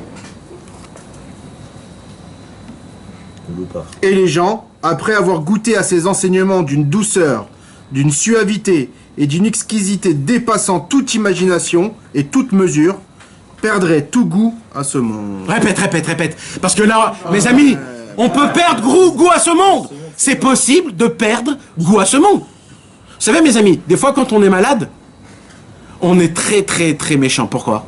On est des nazes, des mal... Mcheneuf. C'est quoi? Déjà, la première chose, oh là là, j'ai pas le goût à rien. J'ai pas le goût, je sens pas. Tout ce que je mange, je sens pas. Mais tu dois chanter, danser, mon frère. Tu fais la tavatachila. Tu as pas de goût dans le manger. C'est ce qu'un chassid Breslev, il meurt d'envie. De manger sans ressentir le goût, juste pour avoir un peu de vitalité. Toi, tu pleures de ça. Toi, tu pleures de que t'as pas de goût. Là, Rabbeinu nous apprend comment perdre le goût à ce monde. Comment je peux perdre le goût à ce monde? Comment je peux perdre le goût à ce monde? Rabbeinu, il dit, si vous entendez une de mes sagesses, tellement elle sera belle, que tout le goût de tout dans le monde en entier, vous allez le perdre. Vous allez voir le plus grand film du monde, les femmes les plus belles, les tentations les plus grandes, le manger le plus bon, l'argent le plus moufcar qui puisse exister dans les casinos les plus grands, et vous, ça va rien vous faire. Mais alors, rien de rien. Limite, tu vas cracher dessus. Tu vas dire, mais ni chaud ni froid, mec. Ni chaud ni froid. Rien. On peut arriver à ça, mes amis. C'est possible. Et pas des tzadikim. Parce que les tzadikim, c'était le scénario. Nous, aujourd'hui, c'est si Rabbeinu, il a dit, c'est que c'est nous. On va l'appliquer, nous. Il n'a pas dévoilé la sagesse. Attends. Les hâtes, chaque chose. Maintenant, notre ami Eric a posé une très bonne question. Pourquoi Rabbeinu me dit ça? Quoi, Rabbeinu, il veut se vanter? Je connais des sagesses. Ok, vas-y, donne. Alors, dans Sichot Haran, Rabbeinu, il dit pas. Mais dans Chayei Moharan, parce que vous savez que de lire les Sifrei Rabbeinu, c'est très bien. Mais pour connaître le date de Rabbeinu, c'est très difficile. Pour connaître le date de Rabbeinu, il faut connaître tous les Sifrei Rabbeinu par cœur pour comprendre les paroles de Rabbeinu. Pour comprendre ce Sichot Haran, on ne peut pas le comprendre si on n'étudie pas le Chayei Moharan 340. Dans le Chayei Moharan 340, mes amis, là-bas, il est écrit quelque chose de... On a déjà dit ça. Rabbeinu a dévoilé un truc comme ça. Qu'est-ce qu'il a dit? Rabbeinu, il a dit... On a le Chayei Moharan en français ici? Non. Qu'est-ce qu'il dit Rabbeinu dans le Chayei Moharan? Il dit comme ça. Aolam lo ta'amu oti klum adain. Le monde ne m'a pas encore goûté du tout. Et tu charries, Rabbeinu? Tu as dévoilé 411 Torot, plus de 5000 pages de l'Ékouta Halachot, des milliers de conseils, des contes, le Tikkun HaKlali, Ouman Rosh Hashanah, le Pétek. Mais c'est-à-dire quoi? L'otamu oti klum adain. Si tu me dis l'otamu oti, ok. Mais Kloum, on t'a pas encore goûté rien du tout? Ah oh, Rabbeinu, t'exagères. Chas v'shalom. Aolam, lo ta'amu oti kloum adain. Vous voyez tout? Rabbi Nachman, vous voyez? Rien du tout. Nada. Vous savez pas de quoi... Vous ne savez pas ce que c'est. Bichlal, vous savez pas de quoi vous parlez. Il dit Rabbeinu, qu'est-ce qu'il dit? Il dit comme ça, écoutez bien. Ilou Ayou Shomin, si le monde aurait le mérite d'entendre Rak Torah Achat, juste une seule Torah. Chez Ani Omer, que moi je vais dire, Imanigun, avec son chant, Ve'arikoud, et sa danse, Ayu Kula, Betelim, Bebitoul, Gamour. Ils seraient tous annulés d'une annulation totale. Aïnou. Alors là, il pose la question, Rabbi Nachman à Rabbi Nathan. Ça veut dire quoi, Bitoul Gamour? Rabbi Nathan, tout honteux, il dit, ils auraient plus de libre arbitre, le monde. Il dit, Ken, Yoter misé, plus que ça. Il dit, Afilou Chayot ou Behemoth. Même les vaches et les scorpions et les mille pattes et les rhinocéros, même eux, tous ils se seront annulés. Et Ravenu, il pose la question à Rabbi Nathan. Alors, qu'est-ce que ça veut dire? Il dit, même les Chayot et les Behemoth, même eux, ils ont un libre arbitre. Même eux, ils vont... Ça veut dire quoi? Ça veut dire que tous les animaux vont se mettre à deux pattes et vont parler. Rabbeinu, il dit, Ken, Avalioter misé. Dit quoi? Même les pierres et même l'eau et même la terre. Si je dis, dévoile dans le monde une Torah, un enseignement, avec son chant, sa mélodie, et avec sa danse, le monde en entier s'annule totalement, le Yetzirah n'existe plus. Maintenant, il dit Rabbi Nachman, vous voulez que je vous explique la chose? Ça veut dire quoi? Ça veut dire quoi cette parole? Encore une fois, vous croyez que Rabbeinu, il fait ses muscles? Il y a un message derrière toutes ces paroles-là. C'est quoi le message? Et là, Rabbi Nachman, je vous le conseille tous, mes amis, s'il vous plaît, quand vous rentrez chez vous, d'ouvrir le Chayei Moharan et de le lire. 340, très important. Parce que là-bas, il l'explique. Je n'ai pas le temps de rentrer dans l'explication, mais là-bas, il l'explique d'une explication exceptionnelle. Là-bas, Rabbeinu nous dévoile d'où vient la danse. D'où vient la danse? Il dit Rabbi Nachman, la danse c'est quoi? Hachem a fait rentrer dans la mélodie, parce que celui qui veut savoir, il y a sur YouTube à peu près 11 cours sur la mélodie. C'est la Torah Guimel du Likutei Moharan, c'est très important de l'écouter pour comprendre ce que je vais dire maintenant. Mais là-bas, ce que j'ai dit en 11 cours sur un seul pied, c'est que le monde en entier fonctionne à travers des vibrations de musique, et c'est ça l'équilibre de tout le monde. C'est matériel et spirituel. Je ne peux pas rentrer dans le concret, mais on l'a expliqué là-bas. Mais qui sur ce qui se passe? D'où vient la danse? D'où vient la danse? La danse vient du rythme de la musique, de la mélodie. Quand je mets une mélodie spéciale, que tu le veuilles ou pas, si c'est une mélodie que tu aimes, et si c'est une mélodie que tu vis et que c'est sympa pour toi, tu vas faire comme ça. Si c'est du trance, tu vas faire comme ça. Si c'est du jazz, tu vas faire comme ça, comme les autres, comme ça. Et ainsi de suite. D'où vient la mélodie? La mélodie, c'est quoi? C'est une arme que le corps ne peut pas contre. Dès que l'homme entend la mélodie, ça lui fait rentrer du souffle dans son corps, ça s'appelle du ruach. Et ce ruach-là, c'est ça qui fait bouger le rythme du corps. Et de là vient la danse. Il dit Rabbi Nachman, maintenant imaginez-vous un homme, un number one dans le monde, qui sait habiller les mouvements à la perfection de la mélodie. Si chaque note de mélodie a un mouvement qui s'appelle une danse, imaginez-vous un homme qui compose une mélodie exceptionnelle, mais que tous les mouvements de cette mélodie vont en faisant. C'est-à-dire qu'il fait des danses par rapport à la mélodie. Vous savez, aujourd'hui, il y a les gens qui dansent robots. Les mimes. Non, les gens qui dansent robots. Tu sais, les techno-robots. Et aujourd'hui, pourquoi ils aiment ça, les gens? Parce que le monsieur, il arrive à bouger son corps par rapport au bruit du robot. Tac, tac, tac, tac. Il fait comment? Le rythme. Et ça, c'est beau d'une certaine manière. Mais imagine-toi maintenant une vraie musique, pas les musiques des fous d'aujourd'hui. Les vraies musiques de classique, les musiques du Baal Shem Tov, etc. Imagine-toi que derrière chaque musique, il y a des mouvements. Et vous savez que Rabbi Nathan, il a dit, j'ai vu Rabbeinu danser au mariage de sa fille Sarah. Et Rabbeinu, il a dit comme ça. Je ne sais pas si après le Mashiach, on pourrait voir ce que j'ai vu quand Rabbeinu a dansé. On ne pourra plus voir cette grandeur. Quand Rabbeinu y dansait, c'était quelque chose qu'on ne peut pas s'imaginer. C'était comme un oiseau qui volait. C'était quelque chose qu'on ne peut pas s'imaginer. C'était des danses, c'était pas... Parce que Rabbeinu, il dansait pas dans des musiques de Simcha. Il dansait dans des musiques de Hitorerut, des musiques lentes, des musiques de Hitorerut, etc. Et c'est des choses qu'on ne peut pas s'imaginer. Il dit, Rabbeinu, maintenant, si je vais vous faire montrer une Torah, qui elle-même, elle est exceptionnelle, avec sa mélodie, que la mélodie en elle-même, elle est exceptionnelle, et que les mouvements vont avec la Torah et avec la mélodie, imaginez-vous qu'est-ce qui se passe dans le monde s'arrête.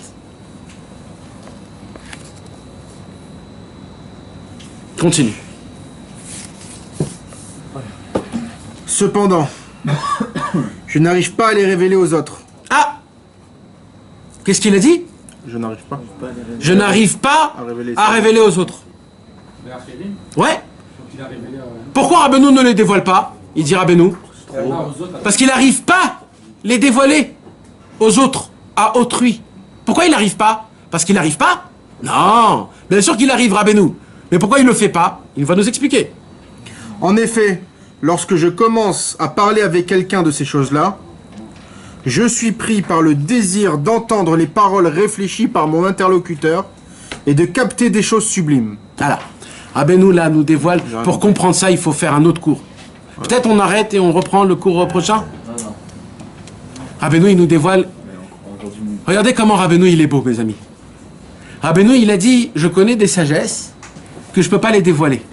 Mais Rabbeinu, il est tellement gentil avec nous qu'il nous dévoile une de ses sagesses dans la même sikha. En nous disant qu'il ne peut pas la dévoiler. Mais il la dévoile. C'est quoi? Il dit, Rabbeinu, j'ai découvert une sagesse. C'est quoi la sagesse?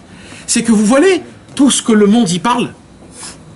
Quand on est venu ici, toi t'as parlé, t'as dit ce que t'avais à dire. Après toi t'as dit ce que t'avais à dire. J'ai eu un problème ici. Toi tu m'as raconté ce que tu m'as raconté. Chacun il a dit ce qu'il a dit. D'accord?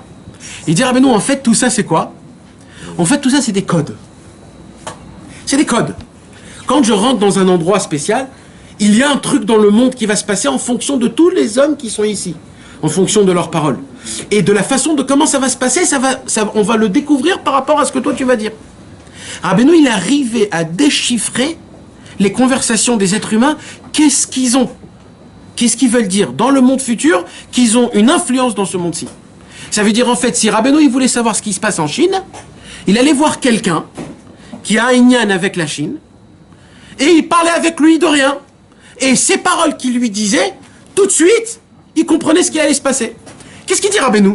Il dit, Rabbeinu, j'ai un problème, je ne peux pas dévoiler ma sagesse. Pourquoi? Il dit, je ne peux pas dévoiler ma sagesse. Il dit, parce qu'au moment où je vais dévoiler ma sagesse, les gens, leur réaction, ils vont réagir. Qu'est-ce qu'ils vont dire? Ils vont dire, oh là, mais ça veut dire quoi? Ils auront des questions. Il dit, au moment où la personne, elle pose des questions, chaque mot qui sort de sa bouche, je découvre des nouvelles sagesses encore plus grandes. Il dit, donc moi, j'ai tellement envie d'apprendre ces sagesses que j'arrête de dire les sagesses et je dis juste, parle-moi. Juste parle-moi. Parce que plus tu parles, plus j'ai de la sagesse. Nous, ce qu'on ne sait pas, mes amis, c'est que nous, quand on va faire Hitbo des doutes dans la forêt, le ciel en entier et Rabbeinu en lui-même, il dit, mon fils, je t'en supplie, parle le plus que tu peux, parce que plus tu parles, plus toi, tu m'apprends des choses encore. Je découvre des choses aujourd'hui. Rabbeinu, il dit, venez dans ma tombe et racontez-moi votre vie. Pourquoi il dit ça? Il dit, parce que tout ce que tu vas dévoiler dans ta vie, je vais dévoiler encore plus, toute ta neshama, les racines de ta neshama, tous tes enfants, tous les problèmes, tout, je vais tout dévoiler juste en parlant. Donc parle le maximum que tu peux, parce que je découvre des choses qui sont énormes. Rabbeinu, il dit, vous comprenez pas, vous, ce qui se passe quand vous parlez simplement, vous croyez qu'il n'y a rien qui se passe, mais moi je découvre des choses énormes. Vous savez, mes amis, Rabbi Nachman de Breslev, il y a une histoire qu'on raconte que quand il était en Eretz Israël, il est allé voir un grand tzaddik qui s'appelait Rabbi Tzvi Aryeh de Halik. Vous avez entendu parler de ce tzaddik-là?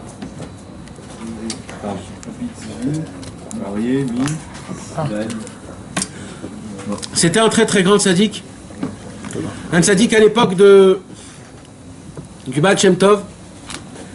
Et ce tzaddik-là, tous les tzaddikim du Maguid de Mezrich, ils ont témoigné sur ce tzaddik-là que la qualité énorme qu'il avait, ce tzaddik-là, c'était la chorma. C'était un sage. C'était un sage mamash. Et tellement c'était un sage, Rabbeinu, avant de rentrer chez lui, il a prié à Hachem qui puisse être à la hauteur de ce tzaddik au niveau de la chorma. Jamais on a entendu une histoire comme ça. Que Rabbeinu il prie d'être à la hauteur de ce tzaddik au niveau de la chorma. Mais là, là c'est un chidouche. Jamais on avait un truc. On connaît toujours que Rabbeinu, là Rabbeinu il prie qu'il puisse être à la hauteur de Rabbi Tzvi Aryeh de Halik. Rabbi Nachman a passé un Shabbat en entier chez Rabbi Tzvi Aryeh de Halik. Et là-bas, ils ont eu toute une conversation, ils ont eu tout un inyan. Et après, Rabbi Tzvi Aryeh de Halik, il est parti dire au revoir à Rabbeinu. Et Rabbeinu est parti. Tellement Rabbi Tzvi Aryeh de Halik, il a aimé et adoré Rabbeinu, c'est qu'il est allé avec lui pour les lavantoto, comme on dit, le raccompagner. Et il allait. Rabbeinu, il disait, ça y est, tu m'as raccompagné. Il dit, non, je peux pas, j'ai besoin encore de vous. Et comme ça, toute la ville de Tibériade, il a accompagné Rabbi Tzvi Aryeh de Halik, tellement il l'a adoré. Et on raconte, les élèves de Rabbi Tzvi Aryeh de Halik, il a dit comme ça. De toute ma vie en entière, j'ai jamais vu un homme sage comme Rabbi Nachman de Breslev.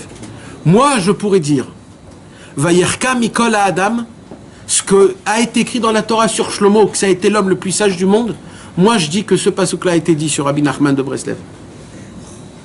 De qui ça vient de dire ça? D'un homme que Rabbeinu lui-même a prié d'être à la hauteur de la sagesse de cet homme-là. Il a reçu la skama du Chacham, que c'est lui, le Chacham Haemet. Mes amis, quand Rabbi Nachman de Breslev est rentré à Ouman, il y avait une équipe, une bande de 3 personnes, les Maskilim, Hirschberg et sa compagnie. Hirschberg était un gendre chez son beau-père c'était un grand landau, et il y avait un autre, et eux 3 c'était des juifs athées, des juifs qui se sont dit, on va arrêter de prononcer le nom de Dieu, on va arrêter, et c'était des gens, des philosophes très très grands. Ça veut dire, eux, ils parlaient des choses très très graves, Chas Veshalom, très très graves. Ils te prouvaient comme quoi Hachem n'existe pas. Et c'était des personnes très très très très sages. Tellement sages que Rabbeinu a dit à Rabbi Nathan, s'il te pose des questions dans la Emouna, sauve-toi de la maison. Parce que même toi, il peut te faire tomber. Tellement ils étaient sages, ces 3-là. Et à Rabbi Naftali, il lui a dit, toi, je veux même pas que tu aies aucune conversation avec eux. Tellement c'est grave. Tellement leur sagesse était grande dans la Touma. Quand Rabbeinu est venu à Ouman, quand Rabbeinu est venu à Ouman, il est venu s'installer dans la maison qui était juste en face de eux. En face. Et comme eux ne pouvaient pas supporter des tzadikim, des rabbanim, alors ils se sont dit, Shabbat midi, quand tout le monde se repose, on va aller tester le nouveau rave jeune de Ouman, Rabbi Nachman de Breslev. On va voir qu'est-ce qu'il vaut. Shabbat après-midi, alors qu'est-ce qu'ils se sont dit? Ils se sont préparés toute la soirée. Vendredi soir, ils se disent, comment on va le piéger, Rabbi Nachman? Alors, Hirschberg, il dit, moi je sais comment. Comment? Il dit, Hirschberg, on va lui poser la question de Naftali Wiesel. Il dit, non, on n'exagère pas quand même. Il dit, si. Il paraît que Rabbi Nachman, c'est un grand. Viens, on le teste, tout de suite au plus dur. On va lui poser la question de Naftali Wiesel. C'est quoi la question de Naftali Wiesel? Naftali Wiesel, c'était aussi un autre athée très grave et que Dieu nous en préserve de sa touma qu'il a fait. Il a écrit plein de livres qu'aujourd'hui ils ont imprimés, que Dieu nous en préserve. Des choses très graves qui ont été écrites sur la Emouna d'Hachem, dans le langage de la Torah. Naftali Wiesel a fait rentrer des pikorsout qui sont énormes. Et à la fin de sa vie, c'était un sage qui était très grand, à la fin de sa vie, il a déduit une déduction de toute sa vie et ça l'a amené à une question très très forte. À une question que sur cette question dépendait tout ce qu'il avait acquis pendant toute sa vie. C'est quand même quelque chose de fort. Tu arrives à une conclusion où c'est quoi ta conclusion? C'est une grande question. Et si tu as la réponse de ça, c'est la réponse de tout. Ça veut dire en fait, tu arrives au summum. Et Naftali Wiesel, lui, il avait que la question, il n'avait pas la réponse. Et il est mort sans avoir la réponse. Alors Hirschberg, il dit, viens, on va voir. Si Rabbi Nachman, il s'y connaît, on va faire un peu, on va se marrer de lui. Stop. Ils viennent Shabbat après-midi, après que tout le monde a mangé la dafina, ils sont tous dans le lit en train de bouger, ils ne peuvent pas bouger tellement qu'ils ont mangé. Mais Rabbeinu Akadosh, il était en train d'étudier. Il frappe à la porte. Et là, il voit qui? Il voit Hirschberg. Il voit Hirschberg. Et Hirschberg, il dit comme ça. On a entendu qu'un grand homme est venu s'installer à Ouman. Alors on est venu voir, tester c'est qui le grand homme. Rabbeinu le regarde et il lui dit, un grand homme? Mais en face de chez moi, il y a le grand général de l'armée. Vous venez voir un grand homme, vous vous êtes trompé de maison. Première claque. Hirschberg tout rouge. Il a dit, peut-être je vous... C'est pas le bon moment, je vais revenir ce soir. Ah ben il dit, reviens ce soir. Il est rentré là-bas à la maison, il a dit, écoutez les gars, c'est de la masse, mais vraiment, hein. C'est pas du rigolo. Là, cette fois-ci, c'est du lourd. Alors, ce soir, on arrive toute l'équipe et on va le descendre. Motsé Shabbat, ils viennent les trois. Au moment où il frappe à la porte, le shamash de Rabbeinu, il ouvre la porte. Rabbeinu, il était assis dans son couloir, et au fond du couloir, il y avait la porte. Comme ici, comme moi, avec cette porte au fond. Du tout au fond, Rabbeinu, il était assis.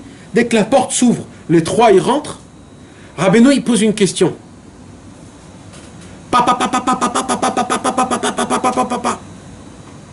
C'était quoi la question qu'il pose? La question de Naftali Wiesel.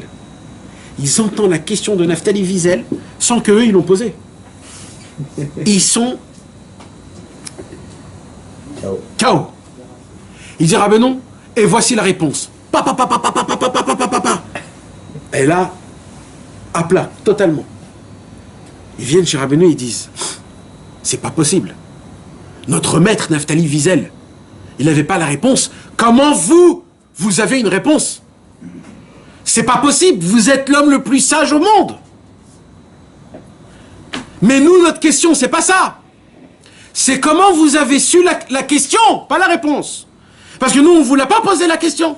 Et comment vous savez que c'est ça qu'on voulait vous poser comme question? Rabbeinu, il leur dit quoi? Il y a une sagesse qu'on peut découvrir tout ce qu'un homme y pense à travers ses cheveux. Ils entendent ça, ils disent bon, il faut qu'on se barre d'ici très vite parce qu'il va nous rendre fous. Et les trois, ils sortent de chez eux. Au moment où ils sortent de chez eux, là ils disent oulala, il nous a eu. Nous, on est des gens sages. Et c'est quoi sa réponse qu'il nous a dit? C'est qu'à travers les cheveux, il voit les pensées. Mais c'est quoi cette bêtise qu'il nous a dit? En fait, il nous a eu dans notre vie, ça nous. Il nous a fait montrer que même avec une réponse naze, on se sectifie. Ils sont rentrés chez Rabbeinu, ils ont dit Rabbeinu, on croyait que tu étais un homme sage parmi tous les hommes, ça on le sait, parce que tu as répondu à la réponse de Naftali Wiesel. Mais que tu es un sage par-dessus tous les hommes sur terre, ça on a la preuve que quoi?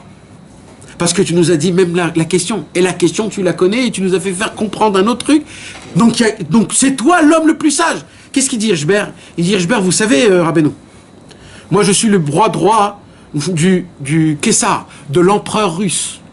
Vous savez, à l'époque, il y avait un empereur en Russie. Vous savez, c'est quoi un empereur? Un empereur, c'est le roi de tous les rois. C'est le roi au-dessus de tous les rois.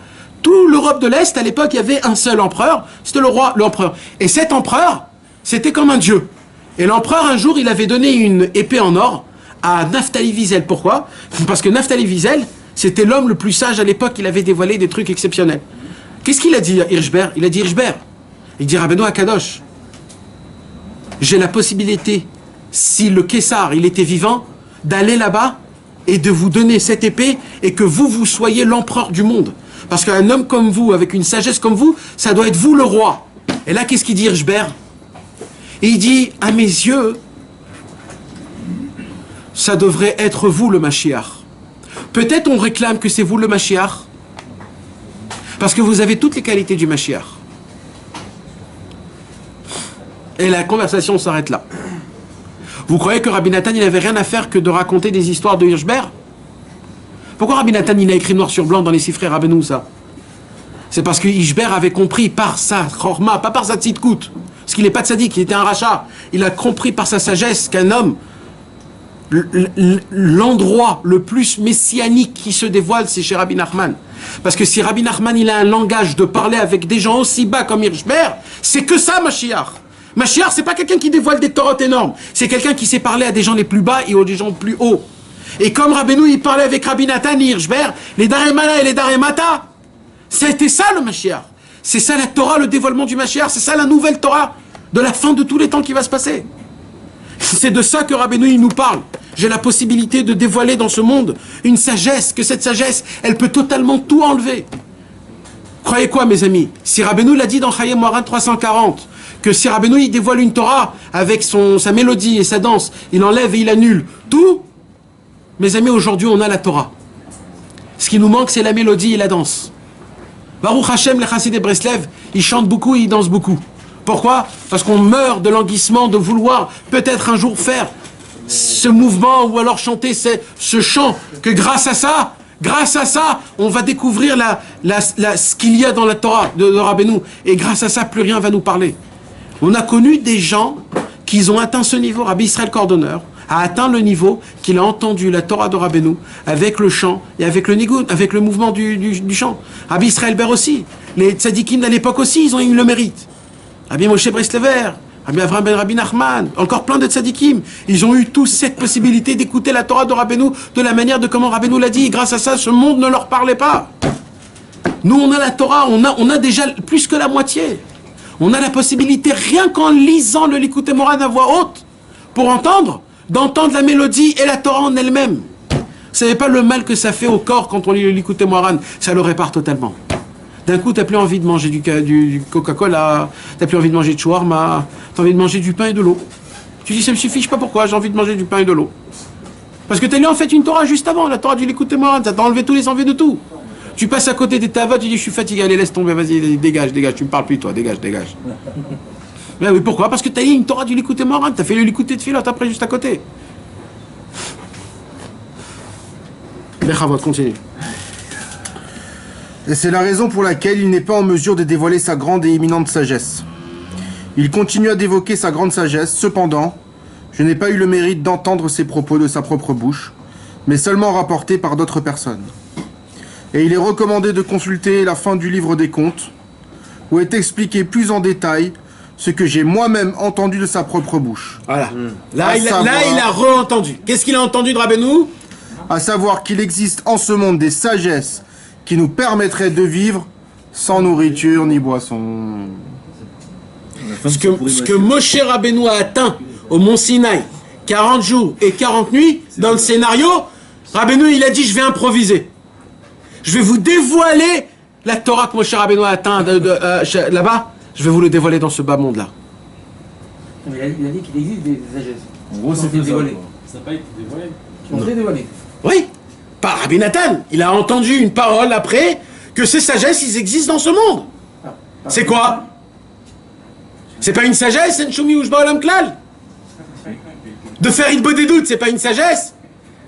Mais il faut le faire au millimètre. Parce que si quelqu'un il le fait au millimètre près, tu deviens un tzaddik. Imagine-toi, parce que c'est émet ça, ce que je suis en train de te dire, c'est émet. Nous on n'a pas des mounas, mais c'est comme ça que ça fonctionne. Si un homme maintenant il est hyper sérieux, il va dormir à 8h du soir, après Arvit. Il va se réveiller à 2h40 pour Chatzot. Il va aller au mikvé. Il va aller dans la forêt. Il va faire Chatzot dans la forêt. Et là-bas, il fait de doute 1 heure de Lev Nishbar. Cet homme-là, là, maintenant, tout de suite, il devient un tzaddik mamash. Mamash. Terminé. C'est une chorma, c'est une sagesse. Si tu mets du sucre dans le café il est sucré ou pas? Alors, si tu fais des doutes comme c'est écrit, tu deviens un tzaddik. C'est aussi simple que ça, ne croyez pas que ça fonctionne pas. C'est ça. C'est aussi simple que ça. C'est aussi simple que ça. Tous les jours. Oui, mon frère. C'est un régime où tu peux pas dire je fais un régime, sauf les bonbons, j'en bouffe partout. Le régime, c'est de A jusqu'à Z, mon frère.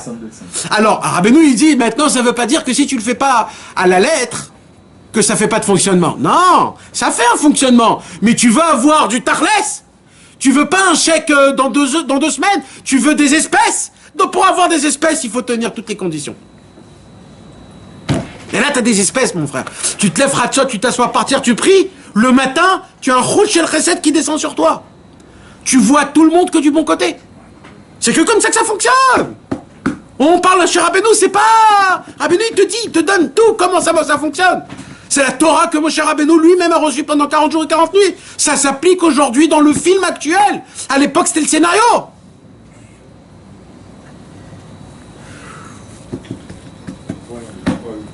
Que Dieu nous donne la puissance d'avoir la émouna, d'appliquer, de vivre et de croire dans les tzadikim. Qu'on puisse servir Hachem Yitbarach dans la joie totalement avec une annulation totale, Bezrat Hashem.